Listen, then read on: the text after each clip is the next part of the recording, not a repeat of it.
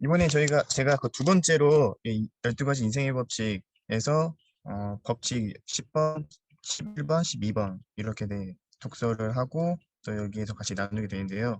저 이전에 있던 내용들을 보면서 이번 같이 또 제가 전하는 이 여기 법칙도 읽으면 되게 간단한 것 같은데 읽으면 읽을수록 되게 심오하고 깊은 내용 때문에 우선은 제가 이렇게 짧은 시간 내에 여기 있는 법칙들을 좀 정확하게 또 구체적으로 설명하기 좀 한계가 있을 것 같고 여기를 안 읽어보신 분들은 조금 더 많이 그 같이 읽어보면 좋을 것 같다는 생각 들었고 이번에 저희가 같이 하는 법칙 중에 그 11번, 11번째 법칙 같은 경우에는 이제 조금 많은 분들의 좀 가치관이라든가 좀 논란의 어떤 그 이야기들이 많이 있는 부분이라서 이 부분은 저도 조금 조심스럽게 나누도록 해야 될 것 같아요. 그래서 지금 저희가 세 가지의 법칙을 나누는데 저희 10번은 조금 제일 짧게 하고요. 법칙 11, 12 여기를 좀 더 집중해서 다루도록 하겠습니다.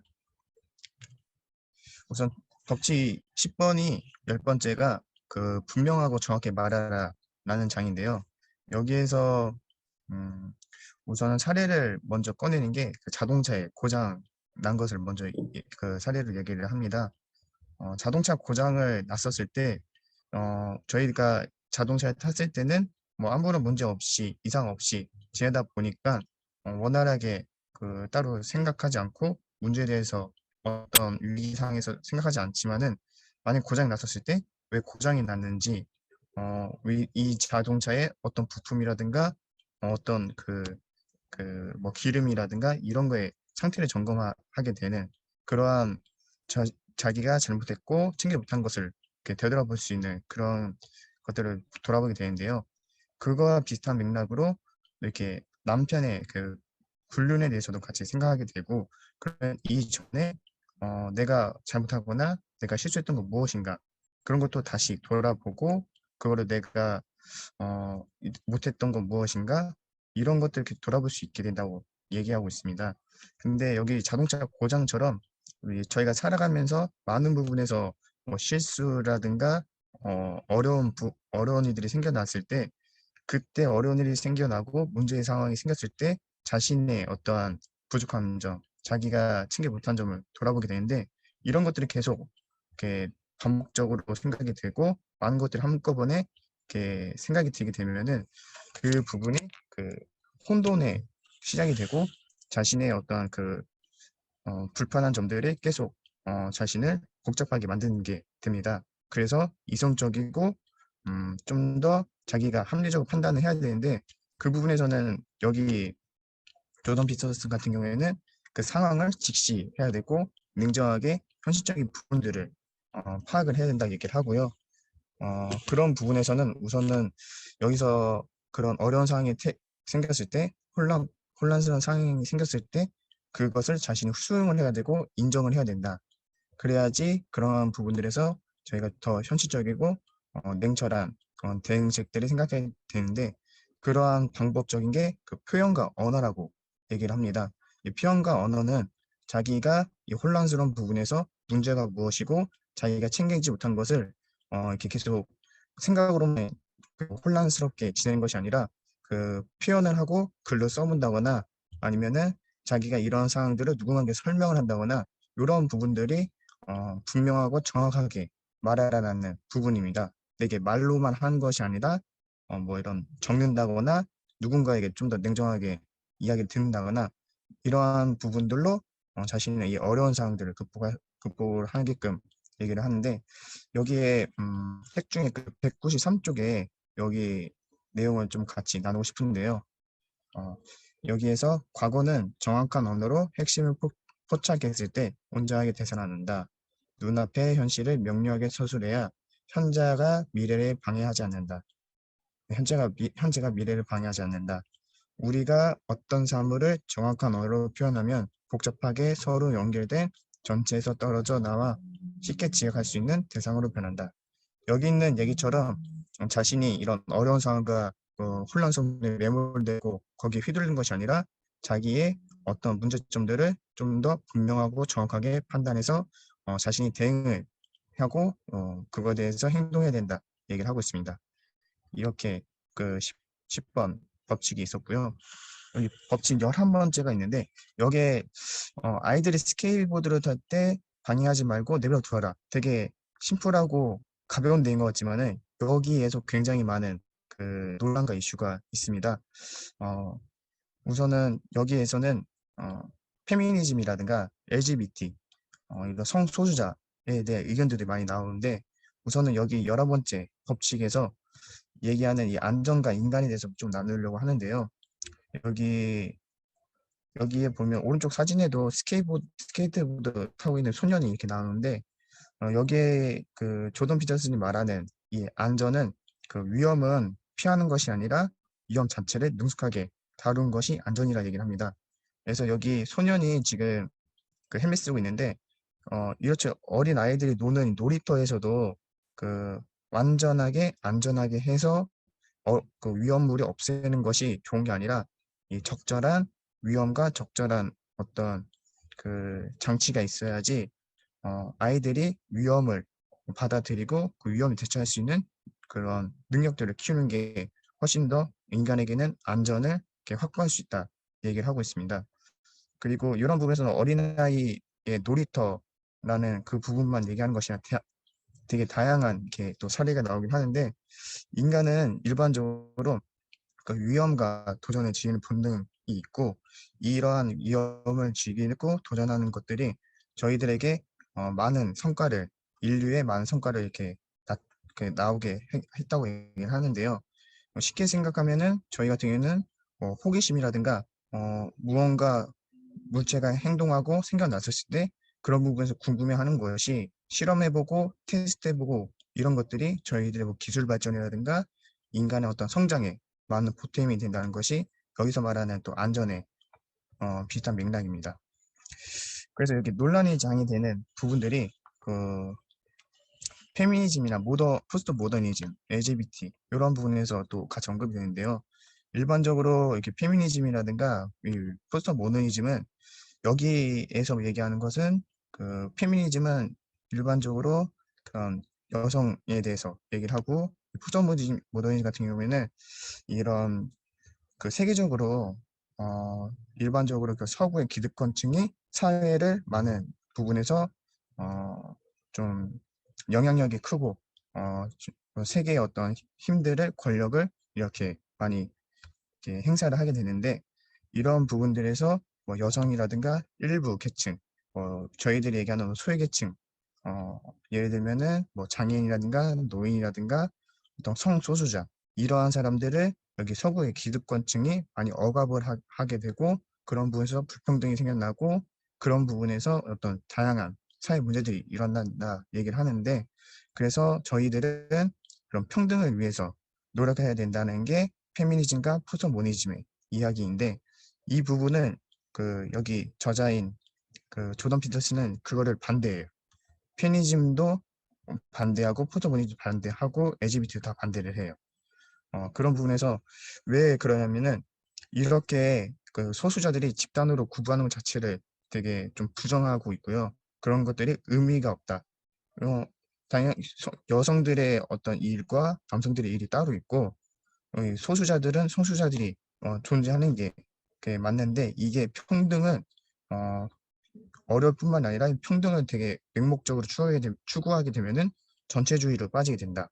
이런 부분에서 이 페미니즘과 포스트 모더니즘 이런 부분에서 좀 부정을 하고 있어요. 그래서 이런 부분에서 어, 다 같이 이런 소수자들도 자유롭게 경쟁을 하는 게 맞다 얘기를 하는데 여기에서 이런 얘기를 많이 언급하는 것 자체가 굉장히 큰 이슈가 되고 이것 때문에도 이런 페미니즘이라든가 LGBT 그룹들에게 되게 그 반대되는 그런 그 충돌되는 부분도 굉장히 많았습니다.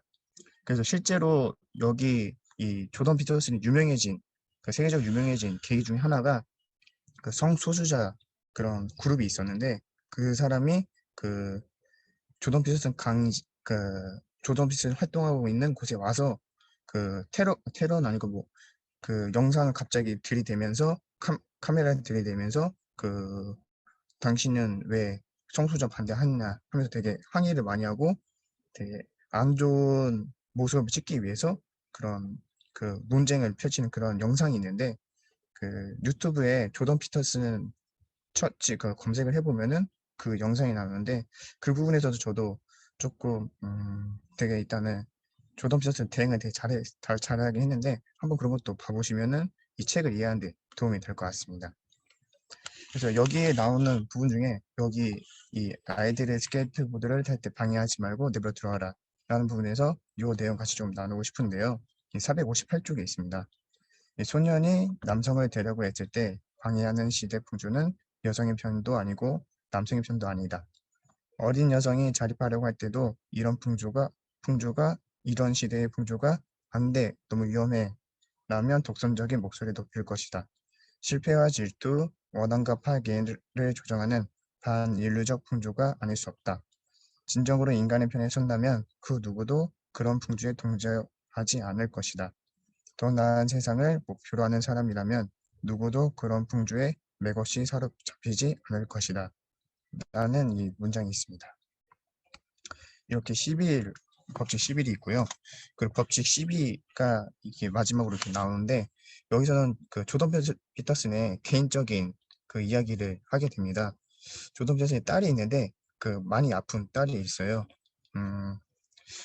너무 아파서 그 수술도 굉장히 많이 하게 되는데 그 아픈 정도가 너무 심해서 고통스러워하다가 이렇게 탈진을 해서 쓰러지는 경우도 빈번한 정도로 되게 아픈 딸이 있었는데 아픈 딸을 이렇게 보면서 옆에서 지켜보면서 인생은 일단 고통의 연속이라는 것을 그 조던 피터슨은 전반적인 여기 내용의 삶은 고통과 그 고난의 연속이라는 것을 꺼냅니다.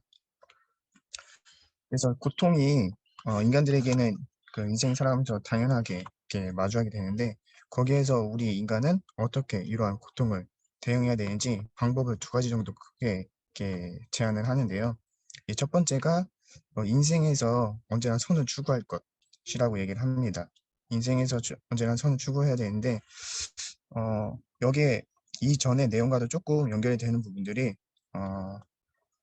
인생은 항상 그 어려운 것, 고통이 있지만은 거기 안에서 저희들이 쾌락이라든가 나쁜 방식으로 충돌을 갈등을 가게 되면은 그 이 인생에서 나오는 이 고통과 이런 부분들을 이렇게 극복할 수 없게 되고 언제나 이 선을 추구할 것이라 얘기 나오는데 이런 부분에서는 성경에 나오는 구절과 저도 많이 좀 연계선상이 있어갖고 그런 부분에서 많이 저도 공감한 부분이 있었고요. 그리고 두 번째가 인생에서 가끔 찾아오는 경이로운 순간들을 충분히 즐기고 감사할 것이 여기서 고통 이겨내는 방법 두 번째로 얘기하게 됩니다. 그래서 저희가 사실 하루를 돌아봐도 일을 되게 많이 하는 게 일상이고 그다음에 뭐 밥을 먹고 또 집에 와서 쉬고 이런 부분들이 있는데 그 저희가 노동을 하거나 무언가 고민하고 이런 부분들이 사실상 그 하루에서 많은 부분이 있는데 그 안에서 뭐 저희가 좋은 사람을 내게 소중한 사람 만나거나 아니면 내가 좋아하는 음식을 먹는다 이러한 부분의 시간이 가끔씩 오는데 이런 사소한 것 자체도 되게 행복하고 즐길 수 있어야지 우리 인생의 고통의 나날들이 그 이겨낼 수 있다는 얘기를 하는데 여기서 나오는 이 길에서 고양이 마주치면 쓰다듬어 주어라 라는 내용도 그 비슷한 내용이에요. 그래서 저희가 길을 걸어가다가 그 길에서 그 고양이를 나타나면은 쓰다듬어 주고 그 자체에 뭔가 삶의 좋은 점을 바라볼 수 있게끔 하는 것이 인생에서 고통 이겨내는 방법이긴 하는데 여기에서 또 488쪽의 내용들을 같이 보면서 또 나누고 싶습니다. 여기에 어떤 역경에도 굴복하지 않고 인내하려면 절대자의 선한 면을 볼 수 있어야 한다. 그 선한 면을 보지 못하면 삶의 방향을 완전히 상실할 수 있다. 아무리 안 좋은 날이라도 주의를 기울이면 그런 작은 기쁨의 순간을 발견할 수 있다. 길을 걷다가 고양이와 마주치면 존재의 경이로움이 삶에서 피할 수 없는 고통을 보상해 준다는 것을 잠시나마 떠올려 볼 수 있지 않을까. 네, 저희도 이렇게 삶을 살아가면 좋을 것 같습니다. 제가 여기서 많은 부분을 같이 나누는 것은 여기 책을 제가 전달하기엔 좀 한계가 있는 것 같아요. 너무 깊이 있는 내용이고 하나하나 사실상 쉽게 설명을 하고 있지만은 다 무겁고 깊이 있는 내용이라서 이거는 정말 시간을 두고서 반복적으로 읽어보면서 저희 삶에도 많이 이렇게 적용해보면 좋을 것 같고 또 이게 여기에 나온 내용들을 맹목적으로 받아들이는 것도 참 좀 위험할 수 있다는 생각도 들긴 했었어요. 근데 성경의 내용들을 어떤 신앙적으로 보는 것보다도 좀 문학적으로 보는 관점이 많아서 이런 부분은 좀 주관을 가지고 잘 봐야 될 것 같습니다. 제가 나누고 싶은 그 주제는 첫 번째가요. 그 LGBT, L이 레즈비언이고 G가 게이, B가 바이섹슈얼, 양성애자, 그리고 T가 트랜스젠더. 이렇게 성소수자들에 대해서도 저희가 이거 기독교적으로는 어떻게 이렇게 바라봐야 되는지를 나누고 두 번째로는 이 고통을 삶에 되게 고통의 그 순간들이 있었을 때 그걸 이겨내는 자신의 경험과 방법에 대해서도 같이 나눠보면 좋을 것 같습니다. 네, 이상으로 마치겠습니다. 감사합니다.